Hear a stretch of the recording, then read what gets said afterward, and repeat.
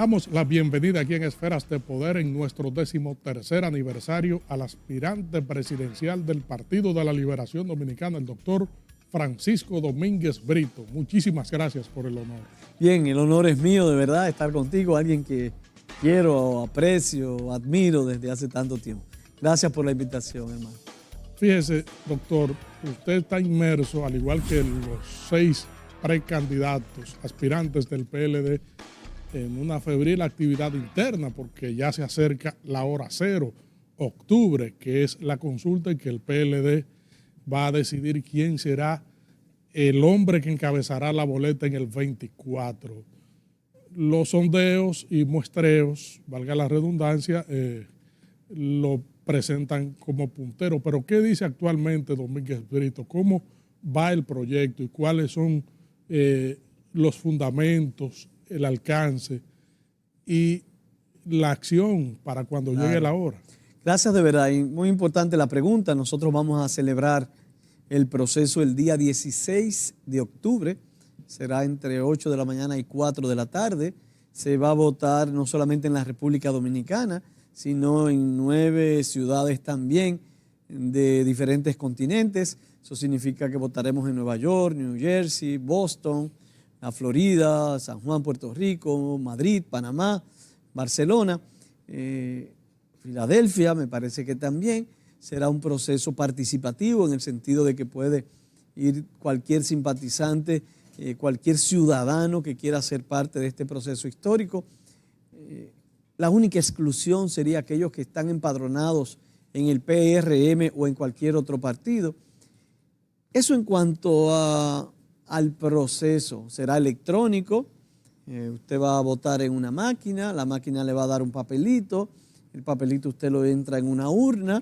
Cuando termina el proceso se va a cotejar lo que dice la máquina con los papelitos y eso ya será remitido al centro de cómputos.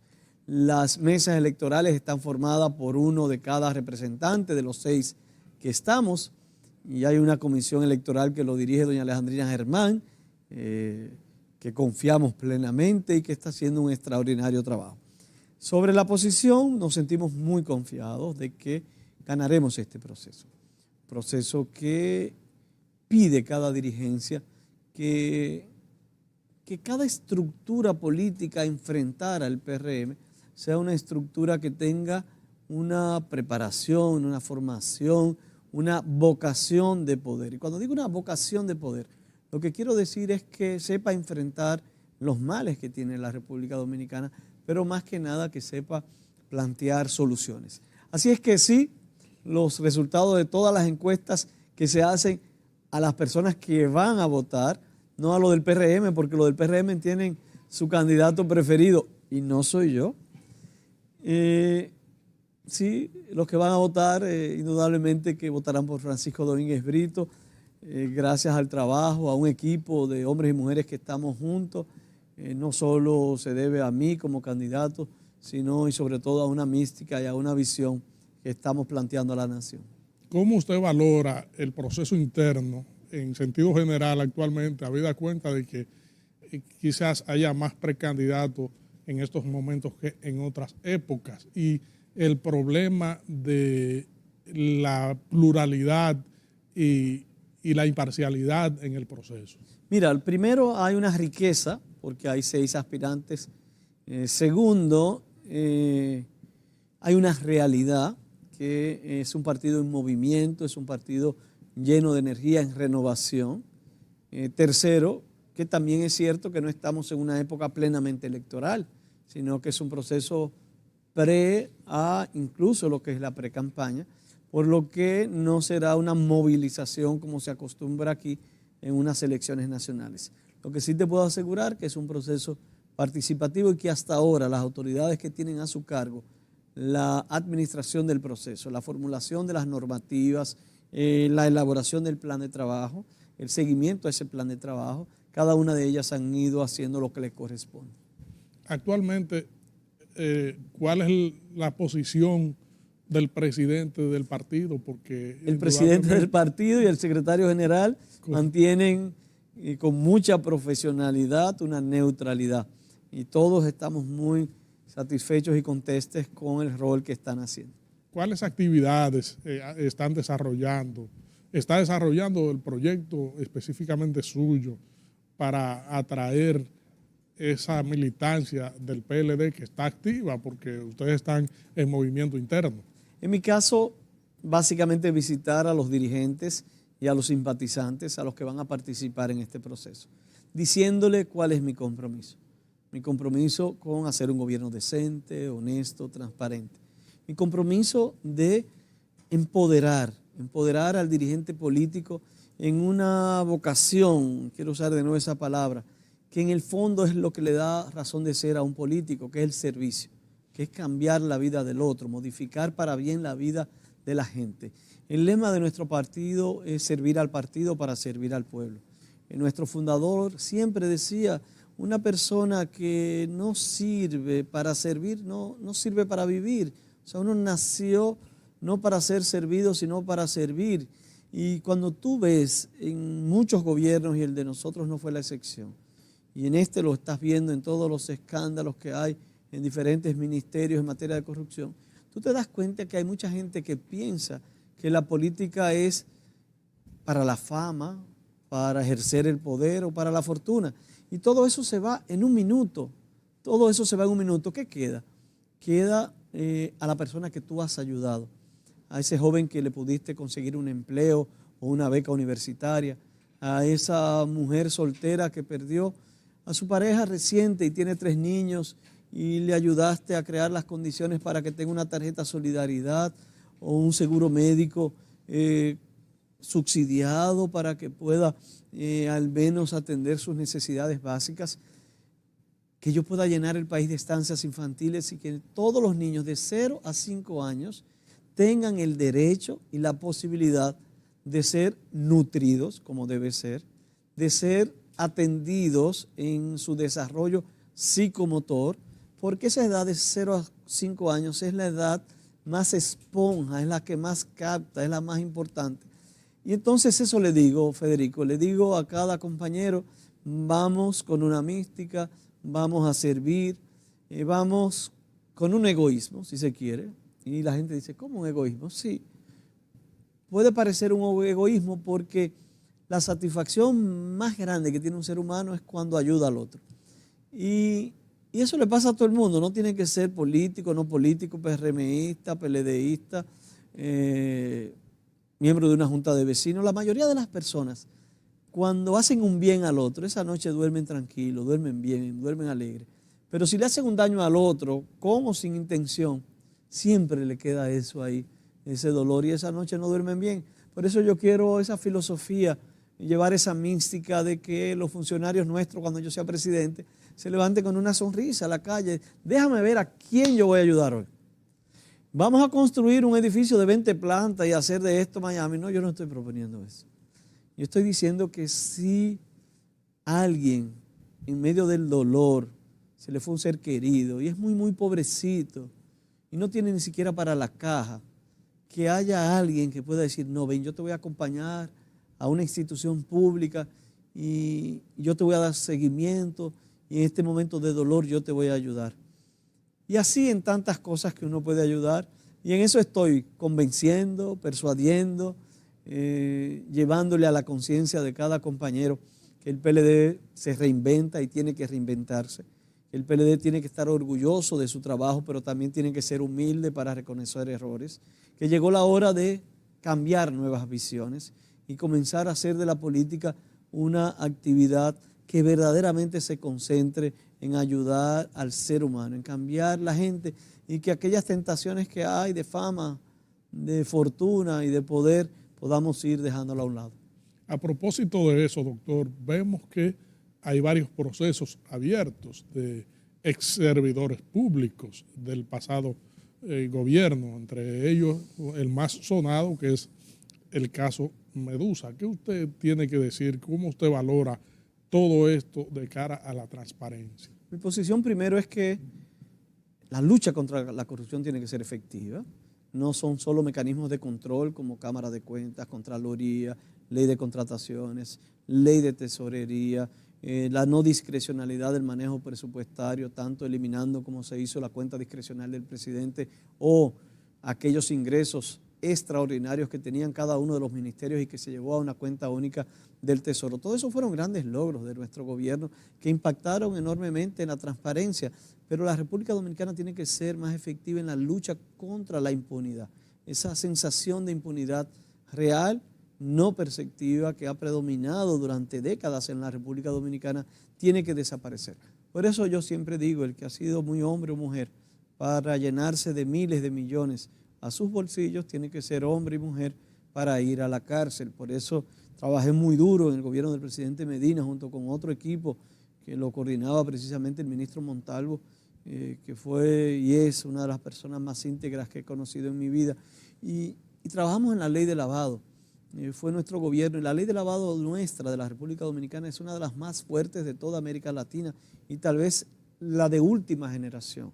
No creo que otro país tenga una ley como la nuestra, y si hay discusiones en otros países se están buscando la referencia en la nuestra, y por eso soy partidario de la ley de extinción de dominio. Simplemente digo, si alguien se equivocó, sin odio, sin rencores, pero tiene que asumir su responsabilidad.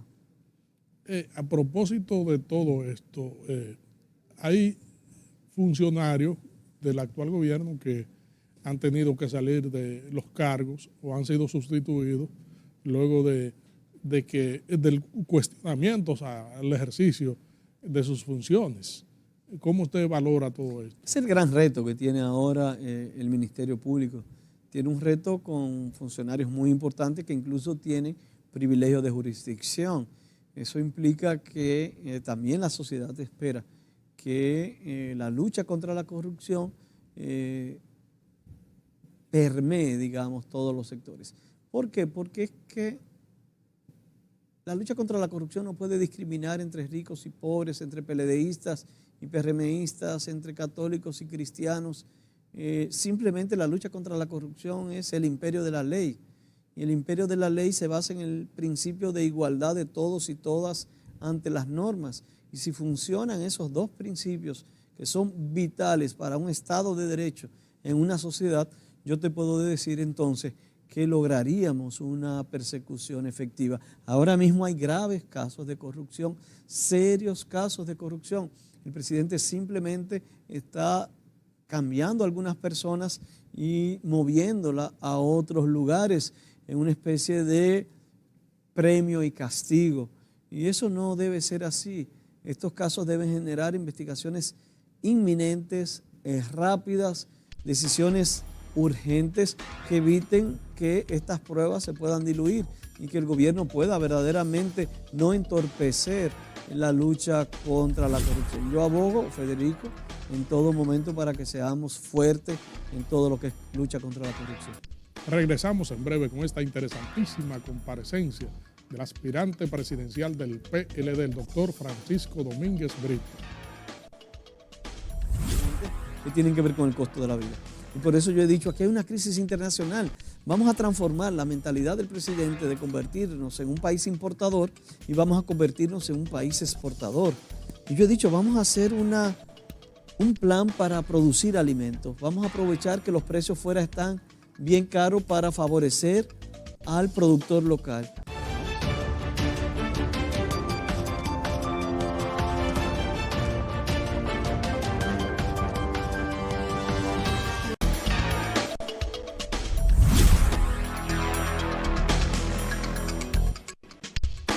Estamos conversando aquí en Esferas de Poder con el doctor Francisco Domínguez Brito, aspirante presidencial del PLD, ex procurador general de la República. Es fiscal del Distrito Nacional también, doctor. O sea, una trayectoria. La vida me ha dado muchas oportunidades. Sí. Fui director de Finjos. Sí, director. Estuve en Medio Ambiente, Ministerio de Trabajo, de verdad que... ¿Qué tal esa experiencia? Me dice que me siento formado y preparado para ser presidente de la República. Me ha permitido conocer el Estado. Yo me siento tal vez como el que más, si no el más formado en lo que es la administración pública, desde los sistemas de gestión y administración hasta los sistemas de planificación. Y eso indudablemente que te da una confianza en ti mismo, porque ya yo lo viví cada cosa. O sea, si yo voy a hablar ahora de empleo, que para mí es vital, o sea, la gente tiene problemas de empleo en la República Dominicana y de salarios muy bajos. Y yo recuerdo cuando fui ministro de Medio Ambiente que todo mi esfuerzo era con el empleo y fortalecimos el SENAE, el Servicio Nacional del Empleo, y ahí fui desarrollando toda una visión de transformar el Ministerio de Trabajo en el Ministerio de Empleo y la Seguridad Social y hacer de todo una gran estructura donde yo unifique todo a los fines de que el empleo sea lo más importante, el empleo digno y de calidad. Y lo mismo te puedo decir de temas que me apasionan como el medio ambiente o cualquier otro. De verdad, Federico, me siento formado y con la pasión de hacer un buen gobierno. En términos de ejercicio gubernamental, ¿qué entiende Domínguez Brito que necesita la población para salir hacia adelante? Mira, aquí necesitamos decisiones urgentes que tienen que ver con el costo de la vida. Y por eso yo he dicho, aquí hay una crisis internacional. Vamos a transformar la mentalidad del presidente de convertirnos en un país importador y vamos a convertirnos en un país exportador. Ya nosotros éramos autosuficientes en el 85% de todo lo que consumíamos. Ya yo creo que vamos por el 70% y estamos importando el 20 o el 15, mucho más, el 20 o el 25. Una cosa, una locura, como nosotros vamos. Y yo he dicho, vamos a hacer un plan para producir alimentos. Vamos a aprovechar que los precios fuera están bien caros para favorecer al productor local. Vamos a exportar a todas estas islas pollo, carne, cerdo, arroz. Vamos a exportar todo. Vamos a desburocratizar. Vamos a duplicar o a triplicar la ayuda que da el Banco Agrícola.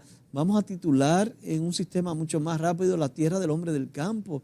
Vamos a contratar más técnicos para que podamos mejorar la productividad. Vamos a implementar la tecnología con invernaderos, sistemas de riego por goteo.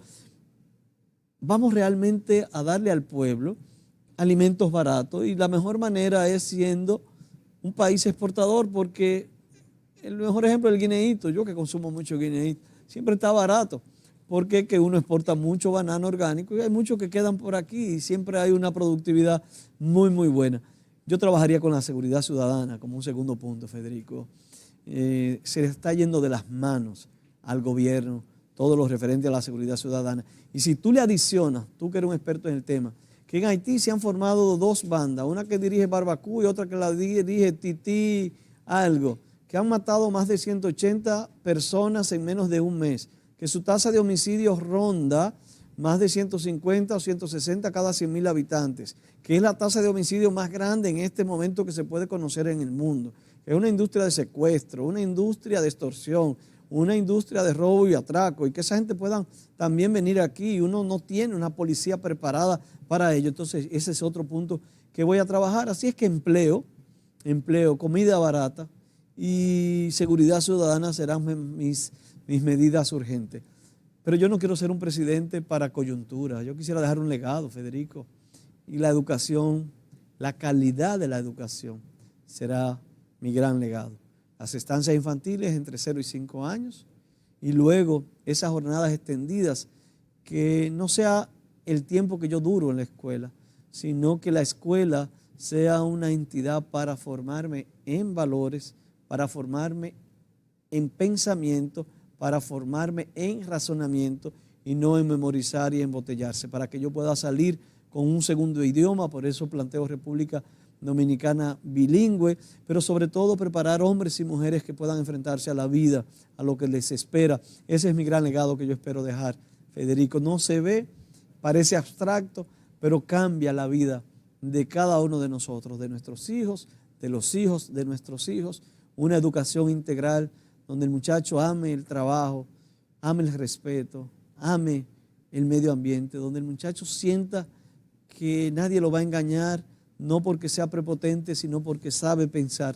Yo creo que ese es el mejor legado que pudiéramos dejar a la República Dominicana. En cuanto al tema de la seguridad ciudadana, ¿cuáles son los elementos que deben predominar para que la gente tanto salga de la percepción sobre la inseguridad como que tenga protección concreta? Mi posición es muy simple. La prevención, el mejor mecanismo de prevención en este momento es la no impunidad, es la persecución eficaz. ¿Por qué? Porque alguien que sale a robar y a matar, si lo hace y no lo apresa, lo va a hacer de nuevo, y lo va a hacer de nuevo y de nuevo hasta que caiga. Si yo tengo un sistema débil, es el gran estímulo a que la gente cometa el crimen. Eso no quiere decir que hay otras medidas que tomar. Tú tienes ahora una serie de embarazos adolescentes, de niños que no tienen padres en las calles, de grandes consumos de droga en adolescentes, de niñas y niñas en las calles, en bebida de alcohol. Yo siempre pongo la historia del caso de aquellas niñas que yo me encontré con 12 o 13 años y venía la presidenta de la Junta de Vecinos alterada porque estaban haciendo sexo oral por 50 y por 60 pesos a viejos, borrachos, adultos, niñas de 12 años. Niñas, imagínense los que tenemos hijas, niñas, y era para comprar un celular o unos tenis de moda.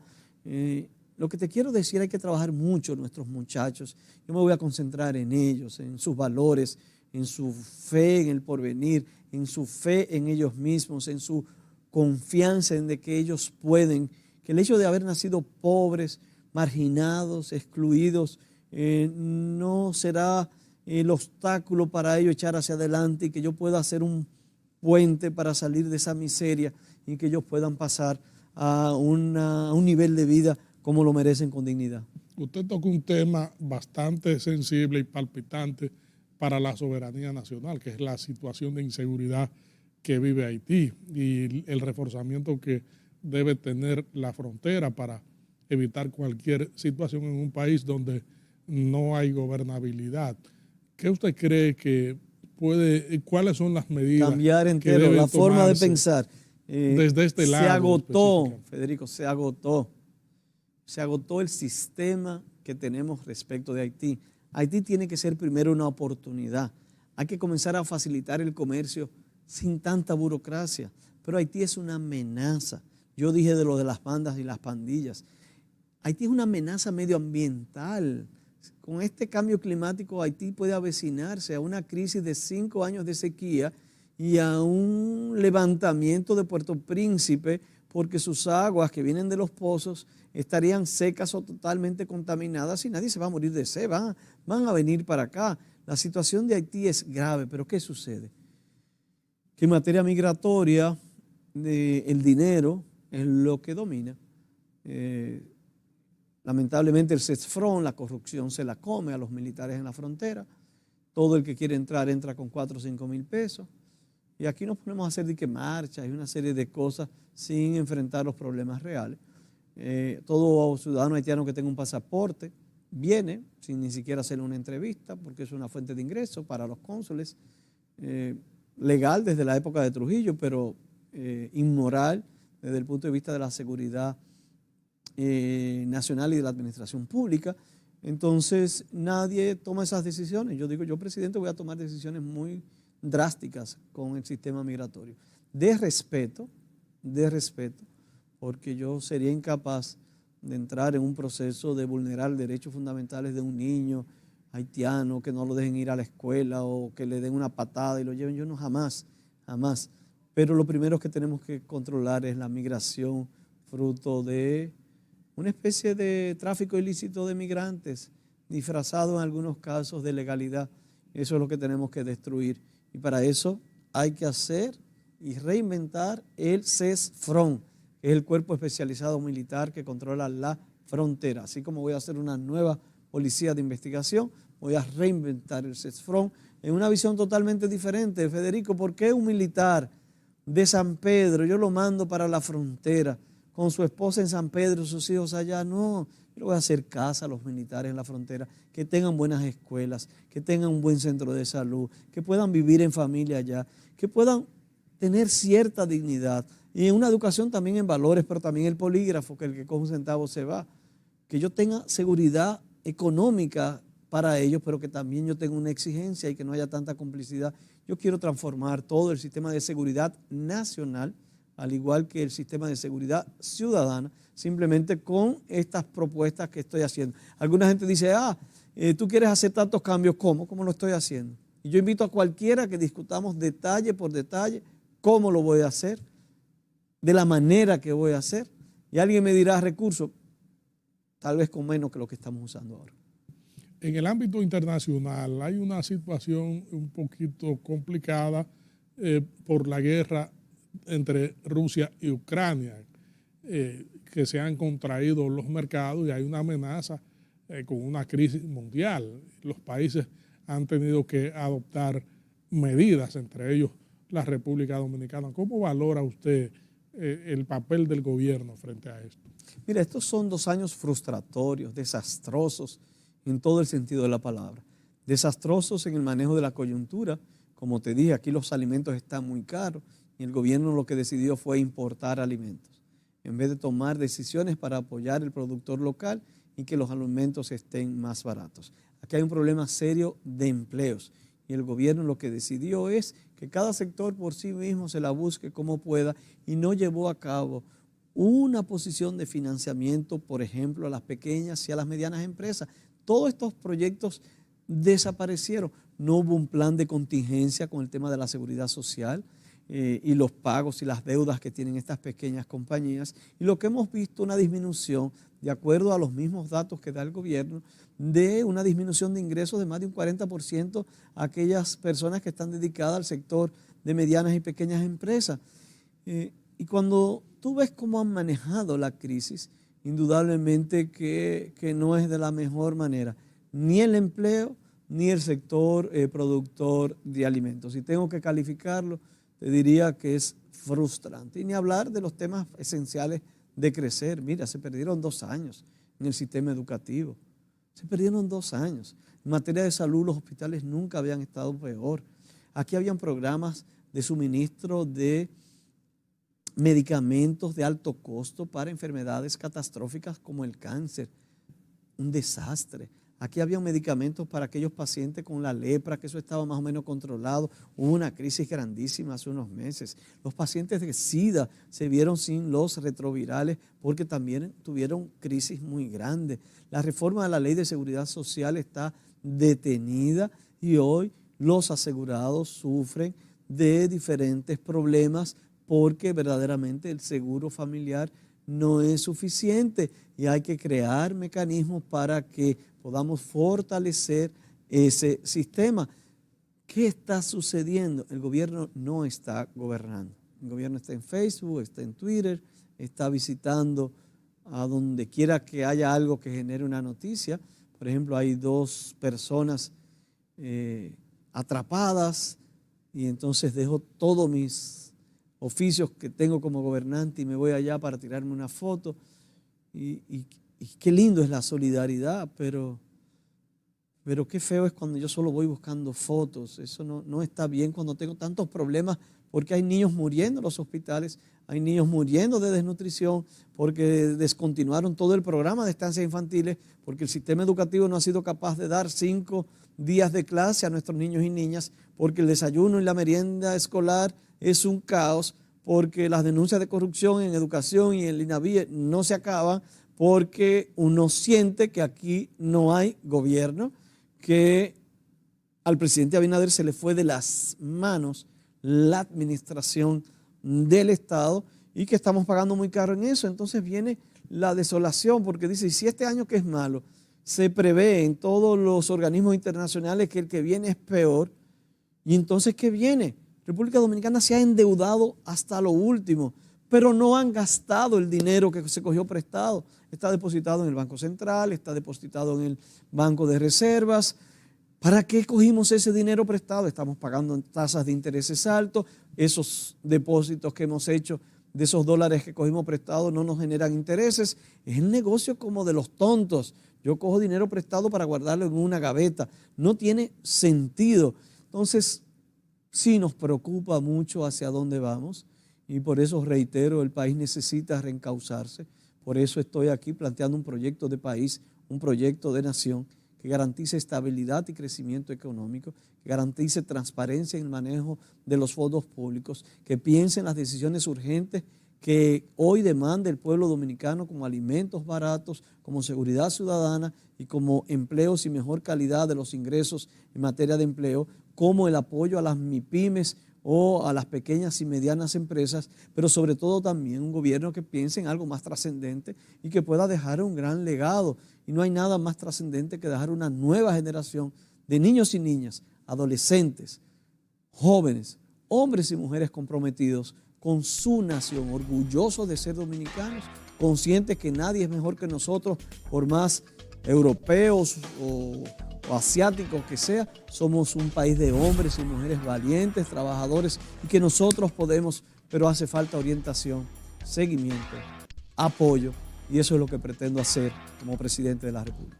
Agradecemos su brillante comparecencia aquí en Esferas de Poder para hablar de su perspectiva, la perspectiva de su proyecto político de cara a la candidatura presidencial del PLD y a las elecciones del 2024. Esferas de Poder siempre será un canal abierto. Gracias de verdad. Un fuerte abrazo. Gracias, amigos televidentes, por habernos acompañado en esta interesantísima comparecencia con el aspirante presidencial del Partido de la Liberación Dominicana, el doctor Francisco Domínguez Brito. Proseguimos con nuestro contenido.